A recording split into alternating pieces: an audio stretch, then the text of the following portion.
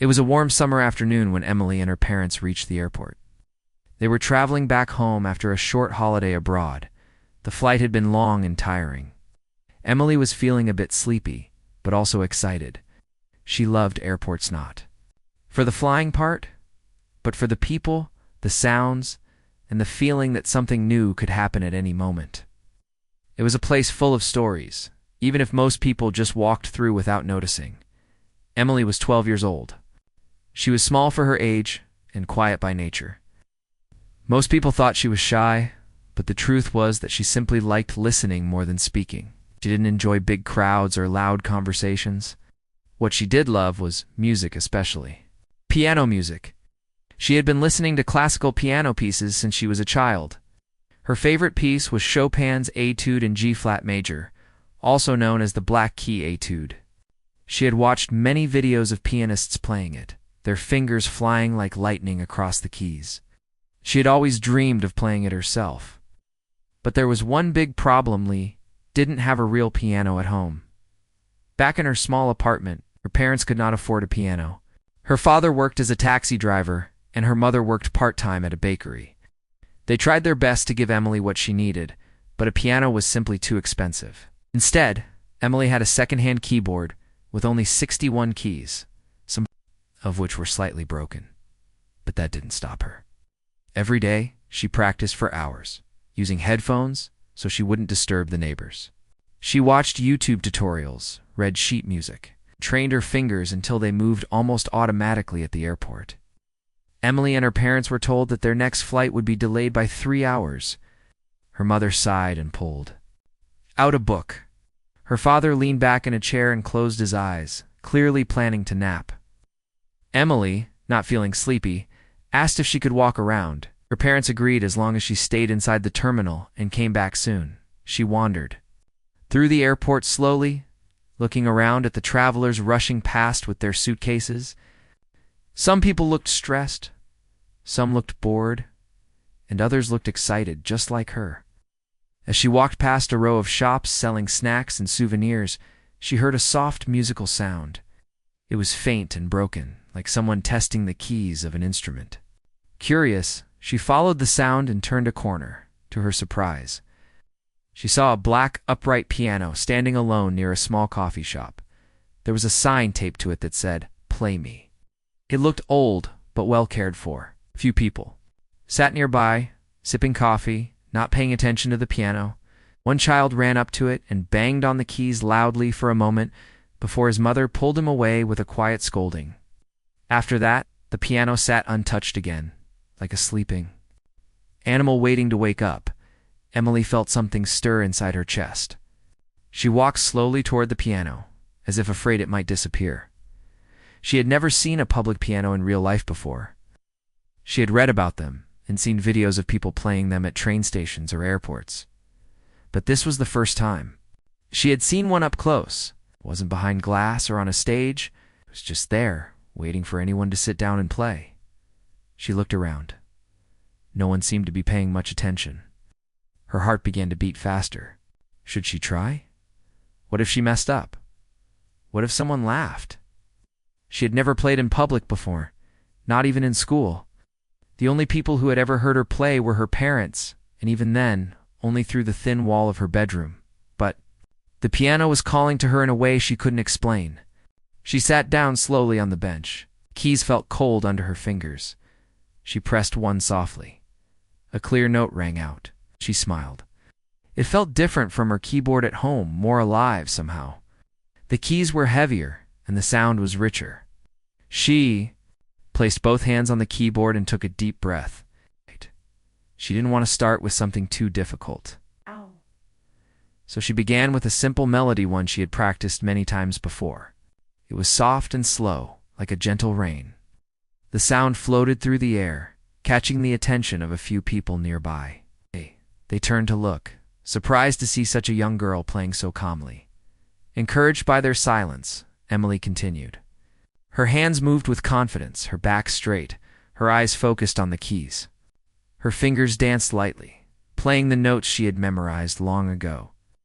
It was as if the piano was part of her, and she forgot where she was. She didn't notice the coffee shop manager standing by the counter watching her with a curious smile. She didn't see the older man at a nearby table putting down his newspaper to listen. As she finished the melody, a quiet hush fell over the area. Then someone clapped softly. Emily looked up, startled. A few people were now watching her.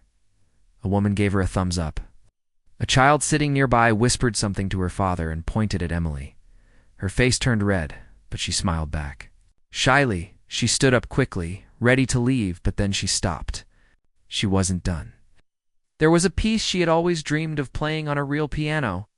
She had practiced it in secret late at night with her headphones on, slowing it down to learn every note. She didn't know if she could play it perfectly, but this might be her only chance. She sat down again, this time with more purpose. She placed her hands in the starting position. The first few notes of Chopin's Black Key Etude rang out, light and sharp. Then, like a storm building speed, her fingers began to fly. It was sudden. Soft background noise of the airport faded as her music filled the space. The piece was fast, very fast, and her hands moved like water over the keys. Even need to look at them. Her eyes were half closed, her body swaying gently with the rhythm. She had played this piece 100 times at home, but it had never sounded like this. The real piano gave it a new life. The notes jumped and sparkled. In the air, flowing one after another like raindrops falling on glass. People began to gather without realizing it. At first it was just a few curious travelers, drawn by the speed and beauty of the music. Then others joined them, slowing their steps to listen. Some pulled out their phones to record. One man whispered, "Is she really playing that?" Another said, "She's just a kid." But Emily didn't hear them. She was lost in the music, in a world where only the keys and her fingers existed. Her heart was pounding, but not from fear. She was flying. Her feet touched the pedals just right. Her timing was perfect. And the sound echoed like it belonged to a concert hall, not an airport. Her parents, still sitting far away near the gate, heard the music too. Her mother paused her reading and frowned slightly. That's piano, isn't it?" she asked. Her father opened his eyes and listened for a moment. "It sounds like someone's performing." They both stood up and followed the sound weaving through the crowd that had gathered. When they reached the edge of the circle of people, they froze. There, in the middle of the crowd, their daughter was playing like a professional pianist. Her mother covered her mouth in shock. Her father's eyes widened, then softened. They had heard her play at home, but never like this. They had never imagined she could do something so beautiful, so powerful in front of strangers. As Emily reached the final note, the music came to a sharp stop. Silence followed for a second, and then the applause came like a wave. People clapped, whistled, and cheered. Some stood on their toes to see her face. Others looked at each other, shaking their heads in amazement. Someone shouted, "Bravo!" Emily looked up, blinking. For a moment, she seemed surprised to find herself in an airport again. Then she smiled, a real smile, not shy or uncertain, but proud. Her parents stepped forward through the crowd, and her mother hugged her tightly. "That was you?" Father asked, half laughing, half crying. Emily nodded, still catching her breath. "I didn't know," her mother whispered. I knew you practiced, but this is something else." Emily didn't know what to say. She just looked back at the piano, her heart still beating fast. She had never played for anyone before. She had never even touched a real piano until now. But in that moment, she felt something new inside her, something that told her this was just the beginning. Emily's fingers trembled slightly as she pulled her hands away from the keys. She had just played the hardest piece she had ever learned in front of strangers in a busy airport, and yet, for a few minutes, she hadn't felt afraid. In that moment, it had felt like the whole world disappeared, and only the piano and the music were real. She took a deep breath. Her cheeks were red, but her eyes sparkled with something new, something bold and alive. Around her, people were still clapping. Some were smiling and whispering to each other, and a few had tears in their eyes. It was a strange sight. Airports were usually places of rushing, stress, and tired faces. It was filled with warmth and wonder, all because of one girl and one piano. Emily stood up slowly, a bit nervous now that she was no longer behind the keys.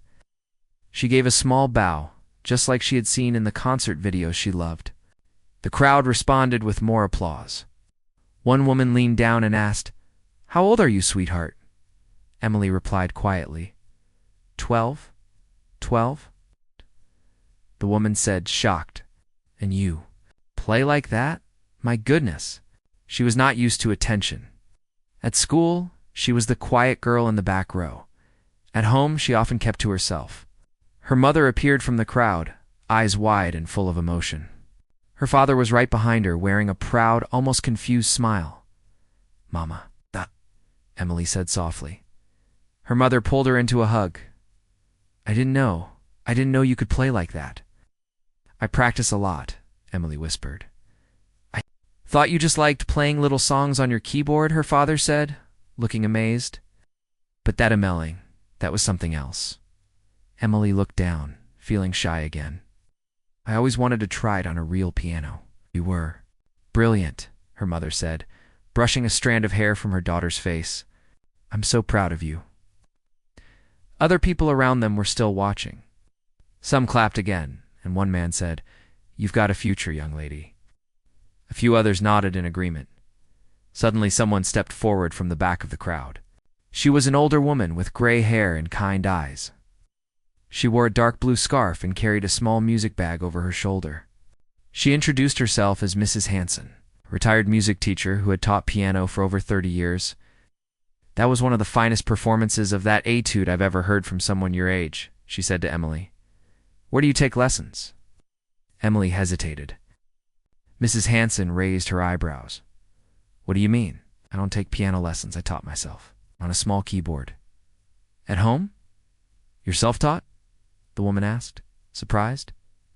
"But your technique, your expression, that's not something most children can do without training. I love it." Mrs. Hanson smiled, but her eyes were serious now. "You have a gift, Emily. You really do. It needs to be nurtured. With the right training, the right piano, you could go very far." Emily's heart jumped at the words. Imagination, there really was something there. "Would you mind if I recorded a little video?" Mrs. Hanson asked gently. "Just a short clip. I know someone who helps young musicians get scholarships. If I show them this, they might be able to help you." Emily looked at her parents. Her mother nodded slowly. "If you're comfortable." "Sweetheart," Emily agreed. She sat back down at the piano, this time with a little more confidence. She played the beginning of the etude again, just the first part, and Mrs. Hanson recorded it with her phone. When she was done, the teacher gave her a card with her contact information. "I'll be in touch," she said. "If you're interested, I'll help you find a real piano teacher, one who can challenge you and support you." Emily thanked her softly. Her parents did too. After that, the crowd slowly began to leave, some people waving or saying goodbye to Emily as they passed. A man from the coffee shop offered her a free hot chocolate. The woman who ran the nearby souvenir stand handed her a small stuffed animal, saying, "For the little star pianist." Emily smiled and thanked them, holding the gifts close. As they walked back to their gate, her parents couldn't stop talking. "I still can't believe it," her mother said. "You've been doing all this in your room? All those late night clicks and notes I kept hearing," her father added. "I thought you were just playing around." "I was practicing," Emily said quietly. "I wanted to be better. I always wanted to know what it would sound like on a real piano." "Well," her mother said, holding her hand tightly. "Now the world knows too." Emily sat down at the gate, sipping her hot chocolate. Her hands still felt warm from the keys. She watched the people walking by, wondering if they had heard her. Her phone buzzed. It was a message from a girl at school. Somehow the video had already been posted online. Someone must have uploaded it quickly, and now it was spreading. The caption read, "Little girl shocks airport with Chopin performance." Her heart began to beat faster again, but not from fear this time, from something like hope. I'd always dreamed that one day someone might notice her playing. She had never expected it to happen like this. More messages came. Friends from school who never paid her much attention were now asking, "Is that really you?" People were tagging her, sharing the video, saying things like, "This is amazing. And she's going to be famous." Emily didn't know how to feel. She wasn't trying to be famous. She just loved music. She loved how it felt when her fingers found the right notes, how the melodies painted pictures in her mind, how the rhythms made her heart dance. But maybe now, this love could take her somewhere new. That night, on the plane, she sat by the window and looked at the stars outside. The soft hum of the engine reminded her of a low note on the piano. She tapped her fingers lightly on her seat tray, pretending it was a keyboard. Her mother leaned over and said, "You know, I think we need to find you a proper piano." Her father nodded. "We'll make it work somehow." Emily smiled. She didn't know what would happen next. Maybe she would meet more people like Mrs. Hanson. Maybe she would get to study music properly. Maybe she'd even play on a stage one day. Or maybe she would keep playing just because it made her happy. Whatever happened, one thing was certain. The old airport piano had changed something. It had given her the chance to show the world who she was. Not just a quiet girl who watched from the sidelines, but someone with music inside her, music that was waiting to be heard. And now it had begun. When Emily woke up the next morning, everything felt strange, but exciting. The sunlight coming through her bedroom window looked the same as it always did. The smell of her mother's cooking came from the kitchen like usual, her little room. With its old desk, small bed, and secondhand keyboard sitting in the corner, was still the same. But something inside her had changed. She sat up slowly, remembering everything that happened the day before the airport. The piano, the crowd, the clapping, and the kind woman who had taken a video of her playing. It had all felt like a dream. She wondered for a moment if she had imagined it, but then her phone buzzed. She picked it up and saw many unread messages. Her eyes widened. There were messages from her classmates, some neighbors, even her school music teacher. Most of them said the same thing. "I saw the video. That's really you, isn't it? You're amazing." She opened one message. From a girl named Layla. They were in the same class, but they never talked much before Layla.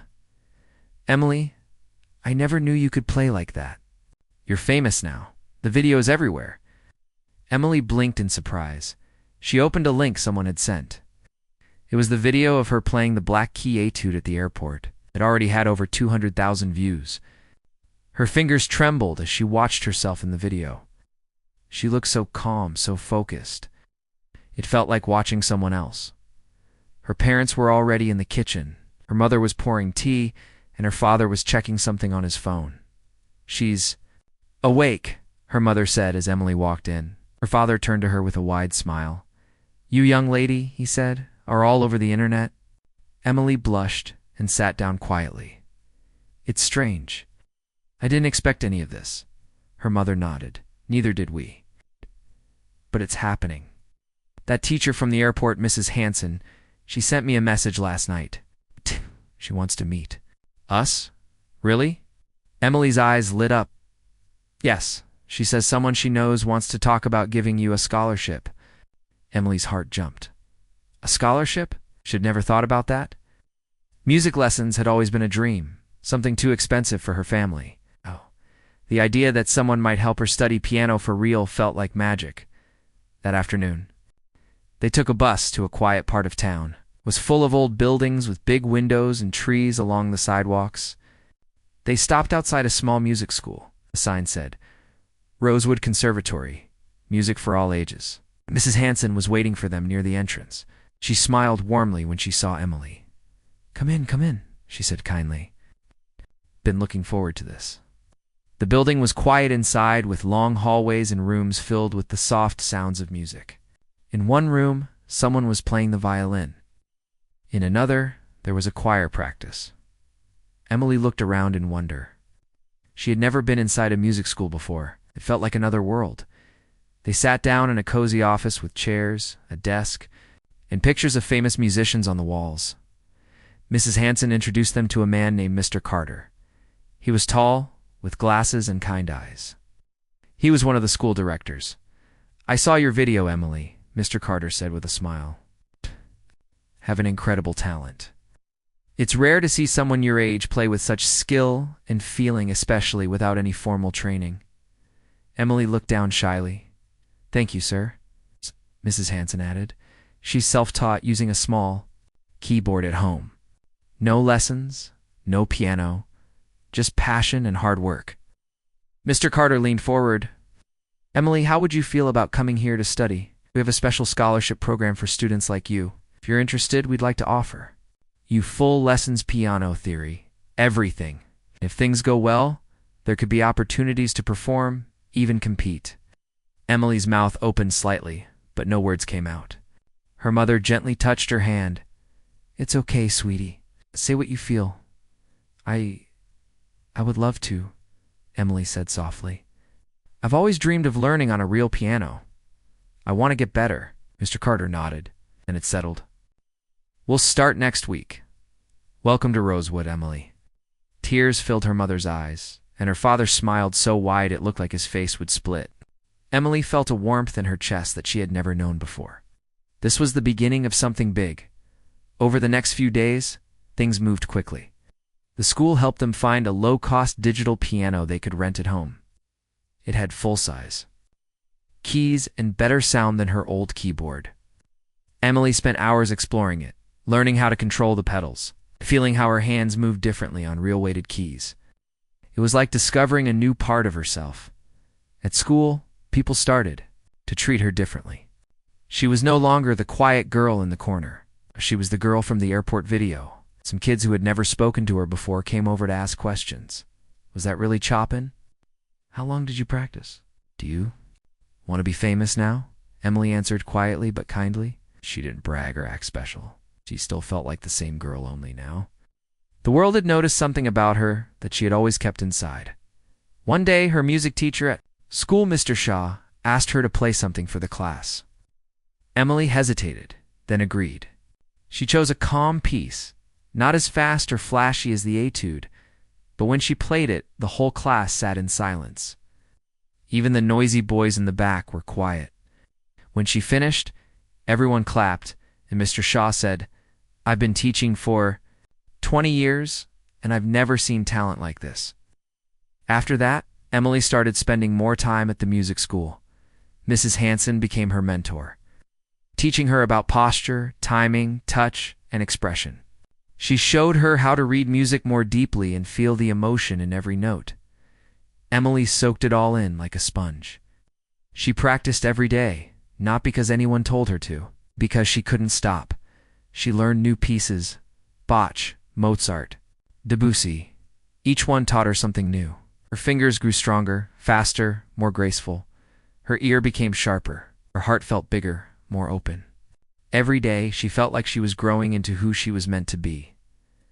One Saturday morning, she walked into the school and saw a poster on the wall. It said, Young Stars Music Festival, accepting submissions.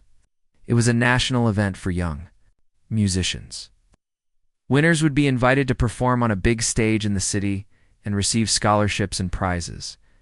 Emily stood staring at the poster for a long time. You should enter, Mrs. Hanson said, walking up beside her. Me, Emily said, surprised. Double quotes, yes. You have the skill, the heart, and the story.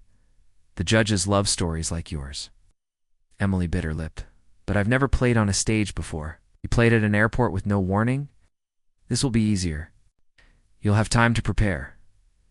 Emily nodded slowly. Okay, I'll try. And so, she chose her piece. Chopin's Ballade No. 1. It was difficult, more emotional than fast, full of highs and lows, moments of storm and moments of calm. She practiced it every day for weeks. She recorded herself, watched her hands, made notes, improved. She listened to great pianists play the same piece and studied their style. Her parents helped however they could. Her father came home early from work just to hear her practice. Her mother made sure she had quiet time and snacks. They all believed in her now because she might become famous, but because they could see how much it meant to her. Finally, the day of the audition came.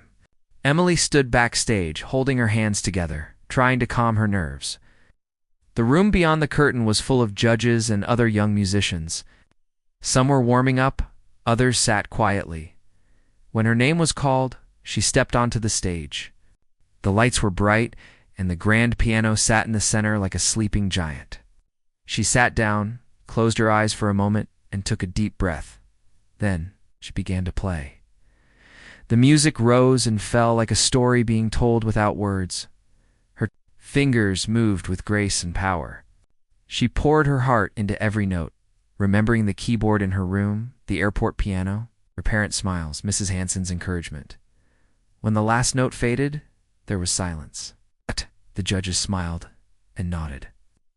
Emily stood, bowed, and walked off stage with her heart pounding, but a quiet smile on her face. Backstage, she didn't know what would happen next, but deep inside, she knew she had given it everything. She had come so far from a quiet girl with a broken keyboard to a performer, now standing on a real stage. She waited with the others for the results, and they called her name as one of the winners, her parents cried. Emily smiled through her tears. This was only the beginning. The days after the music competition felt like a beautiful dream that Emily didn't want to wake up from. After her name was announced as one of the winners, everything changed. Her parents rushed to hug her, tears in their eyes, and her teacher. Mrs. Hansen stood, clapping proudly in the audience. Emily's heart beat fast, but this time it wasn't because of fear. It was because of something new, something full of light. It was happiness, pure and strong. The people backstage were congratulating her. Some of the other performers shook her hand, and even a few older students smiled at her with respect. A boy who had played the violin told her that Chopin was amazing. I've never heard it played like that. Emily smiled softly. Thank you. I practiced a lot. A few days later, she received an email from the festival organizers. They invited her to perform in the final concert in the city's largest music hall. The concert would be held in front of hundreds of people, musicians, teachers, guests, and families from all over the country. Emily was shocked. She had never imagined playing in such a grand place. Her fingers trembled just thinking about it. But at the same time, her heart whispered something else. You can do this. Back at school, more students had started talking to her. Even the kids who usually ignored her in the hallways now looked at her differently. Her teachers were kind and encouraging. One even showed the video of her airport performance during a school assembly. The principal called her an example of hidden talent and dedication. But Emily stayed humble. She still brought her lunch from home, still sat quietly in class, still came home and practiced every evening.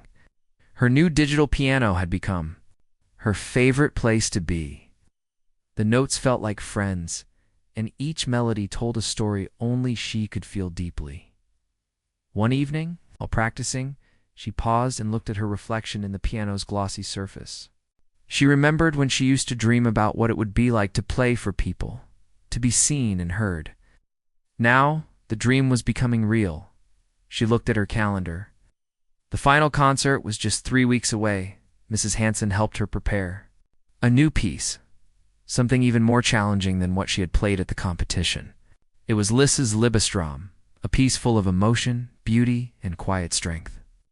The name meant dream of love, and the music was both soft and powerful, like waves on the ocean. At first, Emily found it hard.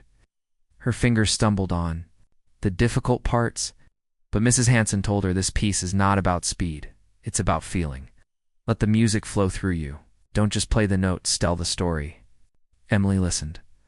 Every day, she practiced with more heart. She would close her eyes and imagine the sounds as colors, feelings, and memories. She pictured the airport piano, the surprised faces, the sound of applause. She remembered her parents, proud expressions, and the comfort of Mrs. Hansen's voice. Sometimes she made mistakes. Sometimes she felt tired. But she never gave up. Each wrong note taught her how to find the right one. Each hour she spent at the piano brought her closer to something beautiful. One rainy afternoon, her father brought home an envelope. It had a golden seal on it. "What's this?" Emily asked. "Open it," her father said, grinning. She opened it carefully. Inside was an invitation with elegant writing. It said, Emily Grace, special guest performer, Young Stars Gala. Concert at Royal Symphony Hall. Her mouth opened in shock. "Royal Symphony Hall?" she whispered. Her mother nodded. "It's a very famous place. Many great musicians have performed there." Emily could hardly believe it. She had watched videos of pianists performing at that very place. Now her name was on the invitation. The next 2 weeks passed quickly. Emily's days were filled with school, practice, and preparation. She chose a simple black dress for the concert. Her parents cleaned her shoes and helped her pack everything she needed. They even bought her a little silver bracelet as a good luck charm. The night before the concert, Emily couldn't sleep. She lay in bed, staring at the ceiling, listening to the sound of rain tapping on the window. Her heart was full of thoughts. What if I make a mistake? What if I forget the notes? What if the audience doesn't like it? Then she remembered something Mrs. Hanson had told her. Music is not about being perfect. It's about sharing a part of your soul. The next morning, they took a train to the city. Emily sat by the window, watching the trees and buildings rush by. She held her music sheet in her lap but didn't look at it. She had memorized every note. It was in her heart now. When they reached the concert hall, Emily was quiet. The building was huge, with tall pillars and red-carpeted floors. Inside, the stage looked massive, and the grand piano stood under glowing lights. It felt like walking into a fairy tale. She met the other performers backstage. Some were older, some her age, and a few even younger. They all looked nervous, just like her. But when she heard them warming up, she realized something important. Every one of them had worked hard to be here. Every one of them had a story, just like hers. Before her turn, she stood in the wings, holding her hands together to keep them warm. The announcer called her name. Please welcome Emily Grace, performing Franz Liszt's Liebestraum. She took a deep breath and walked to the center of the stage. The lights were bright and the audience was large. But as she sat down and placed her fingers on the keys, she felt a calmness come over her. She remembered the quiet of her bedroom. She remembered how the notes had once made her smile. She felt lonely, and then she began to play. The music filled the hall like a gentle wave. The notes floated softly, then grew stronger, then softer again. Each phrase was full of feeling, like a voice telling a story with no words. Her fingers moved with care, with love, with strength. She didn't think about the crowd or the judges or even the lights. She only thought about the music. The piano sang with her, and for a few minutes, they were one. When the last note faded, the silence in the room was deep. Then came the applause, loud, clear, warm. Emily stood, bowed, and walked off the stage. With a heart full of emotion, backstage, she felt dizzy, but in a good way. Her parents hugged her tightly. Her mother whispered, "You were magical." Her father said, "I've never been prouder." Later that night, the organizers gave out certificates and awards. Emily received a special recognition for exceptional expression and original talent. As she stood holding the certificate, cameras flashing, she couldn't stop smiling. But the best part of the night came later, as the audience was leaving. A woman in a dark blue dress approached Emily. She looked elegant and serious, but her smile was kind. She introduced herself as Ms. Leona, talent scout from an international music academy. "I saw your airport video," she said, "and I've just watched your performance tonight. Emily, you have something rare. You have the gift and the heart. Would you and your parents be open to talking about a scholarship program we offer abroad?" Emily's mouth opened in shock. "Abroad?" she asked. "Yes," Ms. Leona said. "It's a very special academy in Europe. We help young talents from around the world study music at the highest level. It's not just about training, it's about growing as an artist. I'd like to recommend you." Emily looked at her parents, who were just as surprised as she was. "We'd need time to think," her mother said carefully. "Of course," Miss Leona replied. "Take all the time you need. But whatever happens, Emily, remember you are something special. Don't ever forget that." That night, on the train ride home, Emily leaned against the window, watching the city lights twinkle outside. Her father was quiet. Her mother held her hand gently. "Europe," Emily whispered. "It's a big step," her mother said. Emily nodded. She wasn't sure what the future held. She didn't know if they could afford the travel or if she was ready to be so far from home. But one thing she knew for sure, music had changed her life.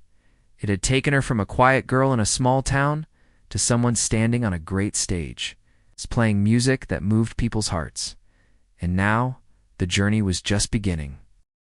After the concert, Emily's life started to change in ways she had never imagined.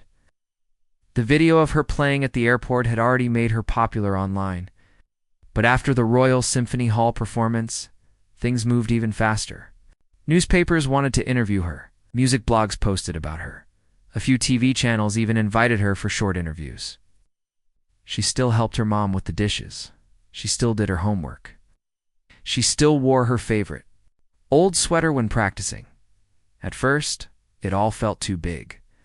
The lights, the cameras, the sudden attention, it was like standing in the middle of a dream. People were calling her the girl with magic fingers and the little Chopin. Playing a piano no one expected her to touch. The offer from the Music Academy in Europe stayed in her mind every day. Ms. Leona had emailed her a few days after the concert with more details. The academy was located in Austria near the city of Vienna. It was one of the oldest and most respected music schools in the world. Many great pianists had once studied. There, the program was hard, but full of opportunities. She would study with some of the best teachers, perform in historic halls, and learn music with students from different countries. Emily was excited, but also scared. It meant leaving her home, her school, her parents, her piano teacher, Mrs. Hansen. It meant living in a new place, learning in a new language, being surrounded by people she didn't know. Some nights, she would sit by the window and think, staring at the stars. Her parents noticed she was quieter than usual. One evening, her dad sat next to her with a cup of tea and asked, "What's worrying you?" Emily looked down. "What? If I fail? What if I can't keep up with the other students? What if I get homesick and want to come back?" Her dad smiled gently. "You know, when you were little, you were scared to ride a bicycle without training wheels. But once you started, you never wanted to stop. Sometimes we just have to take the first step and trust our heart." Her mother joined them. "No matter where you are, Emily, we'll always be with you. If you ever want to come back, we'll welcome you with open arms. But this is a once-in-a-lifetime chance."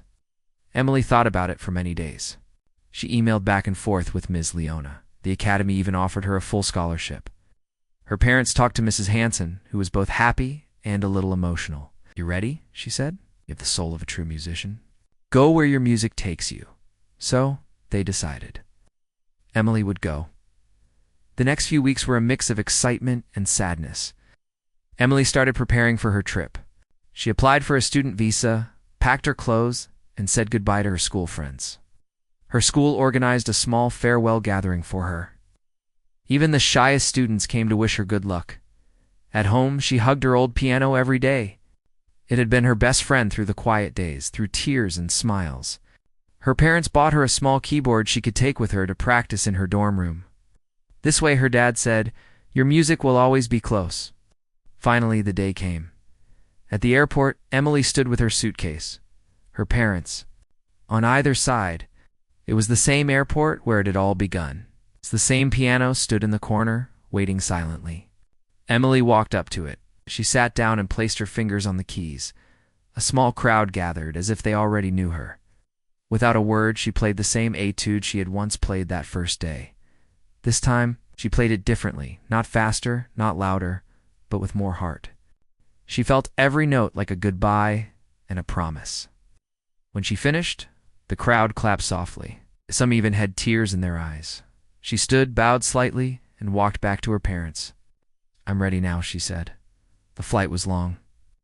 Emily looked out the window, thinking about what was ahead. When the plane landed in Austria, everything felt new. The air was cooler, the buildings older, the voices around her speaking in accents she didn't know well. But she felt brave. Her heart was full of music and hope. At the academy, the staff welcomed her kindly.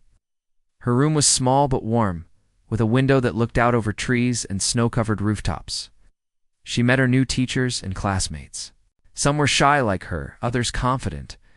They came from all over the world: Japan, Brazil, Italy, South Korea, India.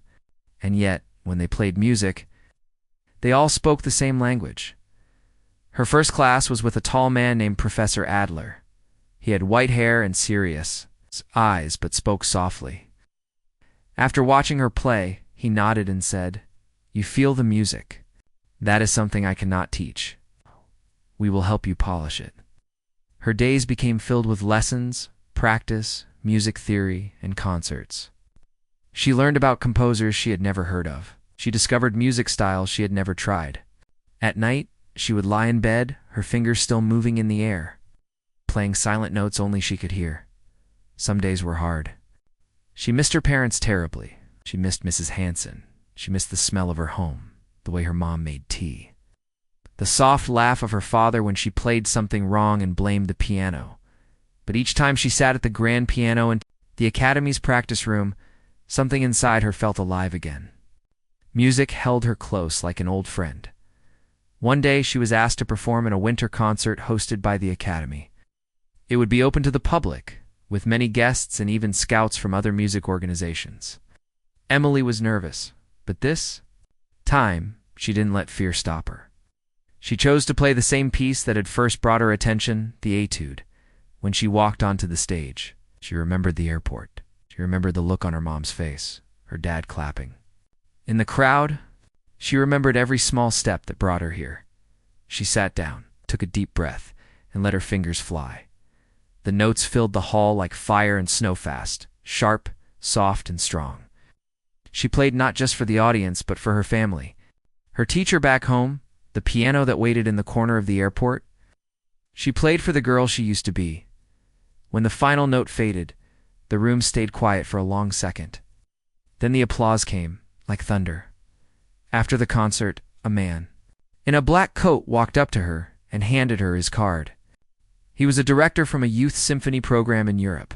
"We would love to have you as a guest soloist next year," he said. Emily took the card with both hands, her eyes wide. "Thank you," she whispered. Back in her room that night, she opened her notebook and wrote, "I was once a quiet girl who found a piano in an airport. I had no idea it would take me here. Music showed me who I am. I will never stop playing. Not now. Not ever." Outside her window, snow began to fall gently. The world was wide and full of music. And Emily, the girl who once played for no one, was now playing for the world.